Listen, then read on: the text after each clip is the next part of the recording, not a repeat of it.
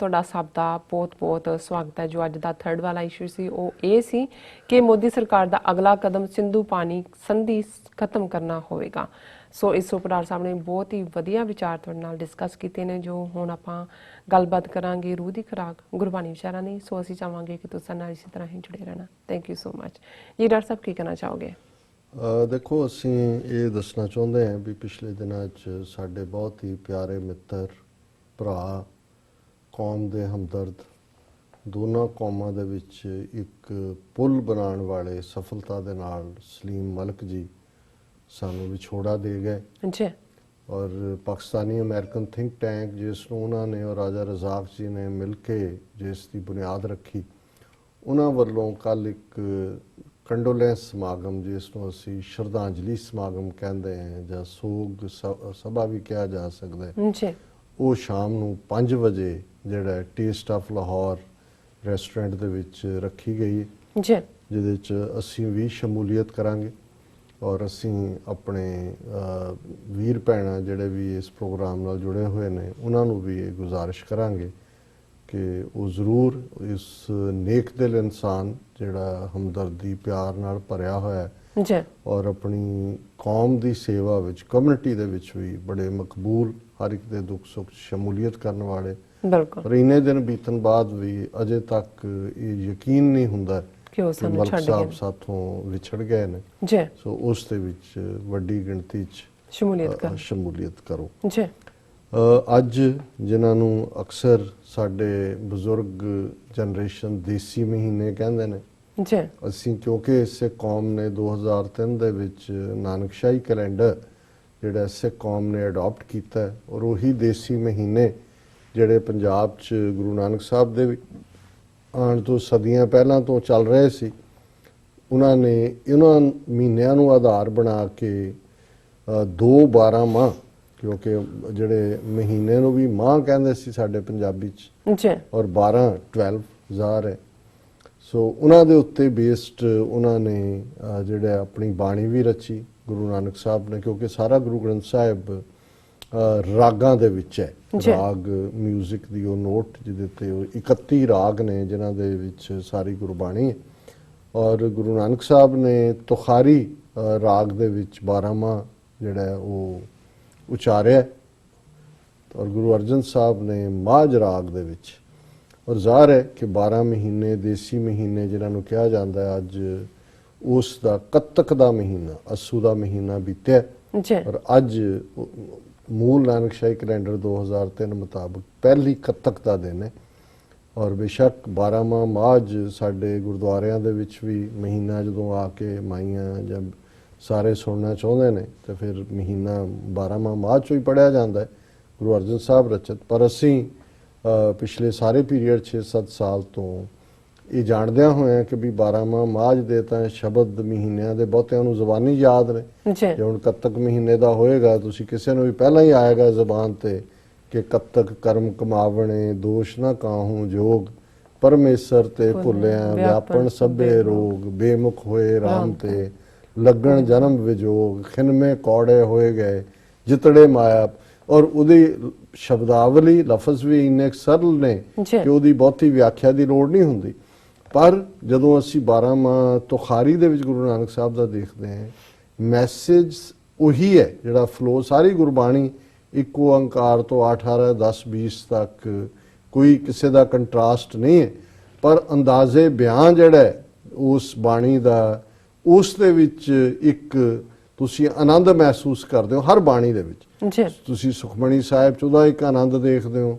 ਸਿੱਧ ਗੋਸ਼ ਜਿਹੜਾ ਸਿੱਧਾਂ ਦੇ ਨਾਲ ਡਾਇਲੋਗ ਹੈ, ਉਹਦੇ 'ਚ ਤੁਹਾਨੂੰ ਉਹ ਸਾਰੀਆਂ ਫਿਲਾਸਫੀ ਦੀਆਂ ਟਰਮਸ ਜਿਹੜੀ ਸਿੱਧ ਔਰ ਜੋਗੀ ਆਪਣੇ ਜਿਹੜੇ ਨੇ ਉਹ ਫੇਥ ਦੇ ਵਿੱਚ ਵਰਤਦੇ ਸੀ, ਤੁਸੀਂ ਉਹਨਾਂ ਦਾ ਸਿੰਬੋਲਿਜ਼ਮ ਦੇਖਦੇ ਹੋ। ਸੋ ਅੱਜ ਅਸੀਂ ਇਸ ਕੱਤਕ ਮਹੀਨੇ ਦੇ ਉੱਤੇ ਜਿਹੜਾ ਗੁਰੂ ਨਾਨਕ ਸਾਹਿਬ ਦਾ ਫਰਮਾਨ ਹੈ, ਕੱਤਕ ਕਿਰਤ ਪਿਆ ਜੋ ਪ੍ਰਭ ਭਾਇਆ, ਦੀਪਕ ਸਹਿਜ ਬਲੈ ਤਤ ਜਲਾਇਆ, ਦੀਪਕ ਰਸ ਤੇਲੋ ਧਨ ਪਿਰ ਮੇਲੋ, ਧਨ ਉਮਾਹੈ ਸਰਸੀ ਅਵਗਣ ਮਾਰੀ, ਮਰੈ ਨ ਸੀਜੈ ਗੁਣ ਮਾਰੀ ਤਾਂ ਮਰਸੀ, ਨਾਮ ਭਗਤ ਦੇ ਨਿਜ ਘਰ ਬੈਠੇ, ਅਜੋ ਤਿਨਾੜੀ ਆਸਾ ਨਾਨਕ ਮਿਲੋ ਕਪਟ ਦਰ ਖੋਲੋ ਏਕ ਘੜੀ ਖਟ ਮਾਸਾ। ਜੀ ਹੁਣ ਇਸ ਦੇ ਵਿੱਚ ਵੀ ਜਿਹੜਾ ਅਲੰਕਾਰ ਹੈ ਉਹ ਪਿਆਰੇ ਪਿਆਰੀ ਦਾ ਹੈ, ਪਤਨੀ ਪਤੀ ਦਾ ਹੈ,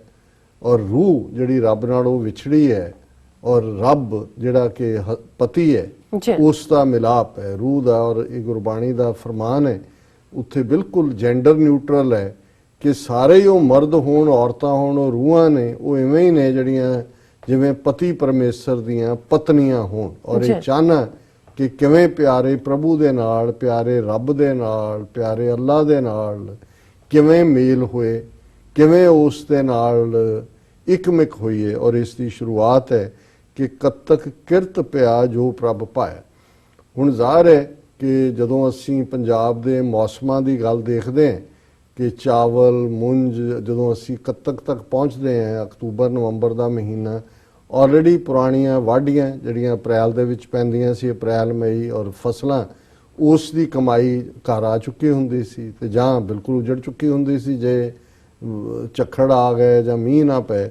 ਸੋ ਉਸ ਦੁਨਿਆਵੀ ਕਮਾਈ ਦੇ ਨਾਲ ਰੂਹ ਦੀ ਕਮਾਈ ਦੀ ਗੱਲ ਗੁਰੂ ਨਾਨਕ ਸਾਹਿਬ ਨੇ ਕੀਤੀ ਕਿ ਕਤਕ ਕਿਰਤ ਪਿਆ ਜੋ ਪ੍ਰਭ ਪਾਇਆ, ਕਿ ਜਿਵੇਂ ਕਤਕ ਦੇ ਵਿੱਚ ਤੁਹਾਡੇ ਪੱਲੇ ਉਹੀ ਕੁਝ ਨਿਕਲਿਆ ਜ਼ਮੀਨਾਂ ਚੋਂ, ਤੁਹਾਡੀ ਕਮਾਈ ਚੋਂ ਜੋ ਰੱਬ ਨੂੰ ਭਾਉਂਦਾ ਸੀ, ਇਵੇਂ ਹੀ ਜਿਹੜੇ ਤੁਹਾਡੇ ਕਰਮ ਨੇ, ਤੁਹਾਡੇ ਐਕਸ਼ਨਸ ਨੇ, ਜਿਸ ਨੂੰ ਗੁਰੂ ਸਾਹਿਬ ਨੇ ਫਰਮਾਇਆ ਜਿਹਾ ਬੀਜੈ ਸੋ ਲੁਣੈ ਕਰਮਾ ਸੰਦੜਾ ਖੇਤ, ਕਿ ਜਿਵੇਂ ਖੇਤ ਵਿੱਚ ਜੋ ਤੁਸੀਂ ਬੀਜਦੇ ਹੋ ਉਹੀ ਵੱਢਦੇ ਹੋ, ਇਵੇਂ ਆਪਣੀ ਜ਼ਿੰਦਗੀ ਦੇ ਵਿੱਚ ਵੀ ਜੋ ਕੰਮ ਤੁਸੀਂ ਕਰੋਗੇ ਉਸ ਦੇ ਲਈ ਤੁਸੀਂ ਆਨਸਰੇਬਲ ਹੋਵੋਗੇ।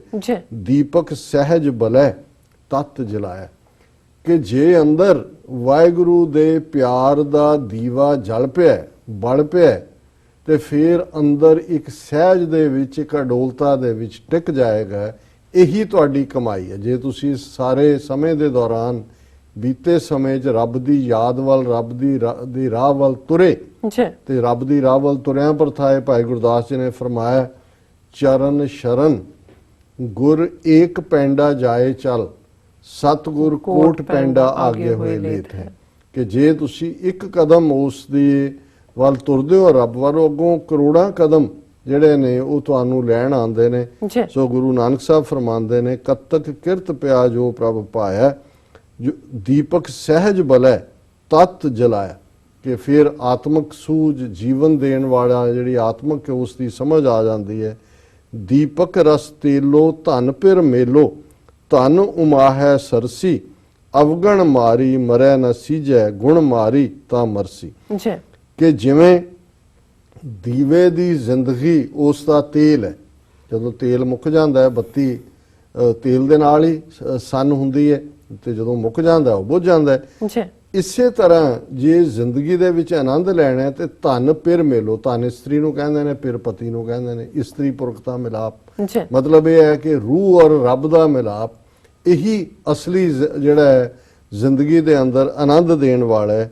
ਧਨ ਉਮਾ ਹੈ ਸਰਸੀ, ਕਿ ਜਿਹੜੀ ਧਨ ਜਿਹੜੀ ਰੂਹ ਦੇ ਅੰਦਰ ਵਾਹਿਗੁਰੂ ਦੀ ਯਾਦ ਦਾ ਖੰਡਾ ਖੜਕ ਰਿਹਾ ਉਹ ਉਮਾ ਦੇ ਵਿੱਚ ਹੈ, ਉਤਸ਼ਾਹ ਦੇ ਵਿੱਚ ਹੈ। ਸਰਸੀ ਰਸ ਨਾਲ ਭਰੀ ਹੋਈ ਹੈ, ਕਿ ਉਸ ਰੂਹ ਦੇ ਅੰਦਰ ਆਨੰਦ ਹੈ।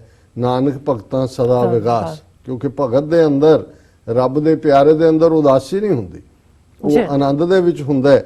ਔਰ ਧਨ ਉਮਾ ਹੈ ਸਰਸੀ, ਹਾਂ ਜੇ ਅਵਗਣ ਮਾਰੀ, ਜੇ ਉਹ ਔਗਣਾ ਨਾਲ ਭਰੀ ਹੋਈ ਰੂਹ ਹੈ, ਮਰੈ ਨਾ ਸੀਜੈ, ਫਿਰ ਉਹ ਸੀਜਾ ਹੁੰਦਾ ਕਾਮਯਾਬ ਹੋਣਾ, ਕਿ ਅਵਗਣਾ ਦੀ ਮਾਰੀ ਹੋਈ ਰੂਹ ਕਾਮਯਾਬ ਨਹੀਂ ਹੁੰਦੀ। ਗੁਣ ਮਾਰੀ ਤਾਂ ਮਰਸੀ, ਜੇ ਆਪਣੀ ਹਉਮੈ ਨੂੰ ਮਾਰ ਕੇ ਰੱਬ ਦੇ ਗੁਣ ਤੁਹਾਡੇ ਅੰਦਰ ਆ ਗਏ, ਤੁਹਾਡੀ ਹਉਮੈ ਉਦੋਂ ਹੀ ਮਰਦੀ ਹੈ, ਅਦਰਵਾਈਜ਼ ਤੁਸੀਂ ਜਿਹੜਾ ਕਿਸੇ ਮੁਕਾਮ ਤੇ ਨਹੀਂ ਪਹੁੰਚਦੇ।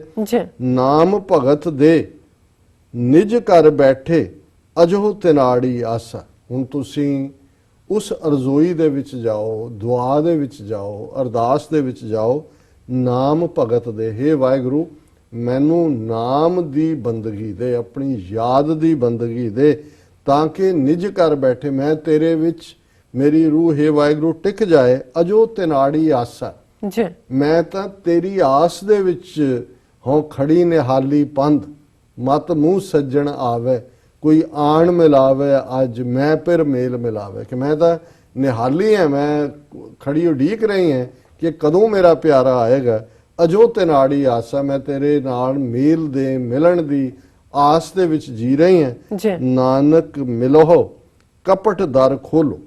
ਹੁਣ ਕਪਟ ਦਰ ਹੈ ਦਰਵਾਜ਼ੇ ਦਾ ਕਿਵਾੜ, ਜਿਹਨਾਂ ਨੂੰ ਪੁਰਾਣੇ ਦਰਵਾਜ਼ੇ ਪਤਾ ਨੇ, ਦੋ ਉਸ ਦੇ ਤਖਤੇ, ਤੇ ਉਹਨੂੰ ਕਿਵਾੜ ਕਹਿੰਦੇ ਨੇ। ਤੇ ਕਿਵਾੜ ਉਦੋਂ ਹੀ ਖੁੱਲਦਾ ਹੈ ਜਦੋਂ ਦਰਵਾਜ਼ਾ ਖੁੱਲਦਾ। ਅਸੀਂ ਦੋਵੇਂ ਉਹਨਾਂ ਨੂੰ ਬਾਣੀ ਦੇ ਵਿੱਚ ਅਸੀਂ ਕਪਟਦਾਰ, ਗੁਰੂ ਸਾਹਿਬ ਕਹਿੰਦੇ ਨੇ ਵੀ ਮੇਰੇ ਅੰਦਰ ਵੀ, ਮਨ ਦੇ ਅੰਦਰ ਜਿਹੜੀ ਅਗਿਆਨਤਾ ਦਾ ਇਹ ਦਰਵਾਜ਼ਾ ਜਿਹੜਾ ਭੀੜਿਆ ਹੋਇਆ, ਜਿਹਨੇ ਅੰਦਰ ਰੱਬ ਨੂੰ ਦਾਖਲ, ਇਸ ਨੂੰ ਤੁਸੀਂ ਕਿਰਪਾ ਕਰੋ ਖੋਲ ਦਿਓ। ਜੀ ਇੱਕ ਘੜੀ ਖੱਟ ਮਾਸਾ, ਖੱਟ ਹੁੰਦਾ 6 ਮਹੀਨੇ, ਕਿ ਵੀ ਜੇ ਤੂੰ ਮੇਰੇ ਤੋਂ ਵਿਛੜੇ ਤੇ ਮੇਰੇ ਲਈ ਇੱਕ ਘੜੀ ਜਿਹੜੀ ਹੈ ਉਹ 6 ਮਿੰਟ ਦੀ ਹੁੰਦੀ ਹੈ, ਕਿ ਮੇਰੇ ਲਈ ਤੇਰਾ ਇੱਕ 6 ਮਿੰਟ ਦਾ ਵਿਛੋੜਾ ਖੱਟ ਮਾਸਾ 6 ਮਹੀਨੇ ਦੇ ਵਿਛੋੜੇ ਵਾਂਗ ਹੈ।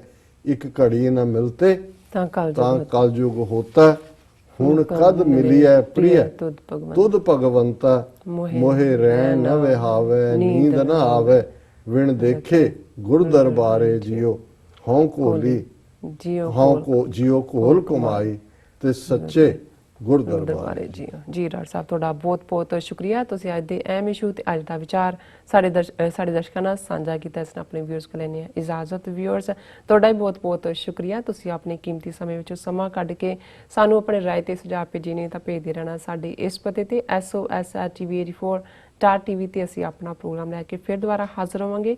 ਤਦ ਤੱਕ ਲਈ ਮੈਨੂੰ ਤੇ ਆਪਣਾ ਸੁਣਾ ਗਿਆ ਦਿਓ। ਦੇਖਦੇ ਰਹੋ TV84, ਬੁਲਾ ਦਿਓ ਫਤਿਹ। ਵਾਹਿਗੁਰੂ ਜੀ ਕਾ ਖਾਲਸਾ, ਵਾਹਿਗੁਰੂ ਜੀ ਕੀ ਫਤਿਹ। ਰੱਬ ਰਾਖਾ।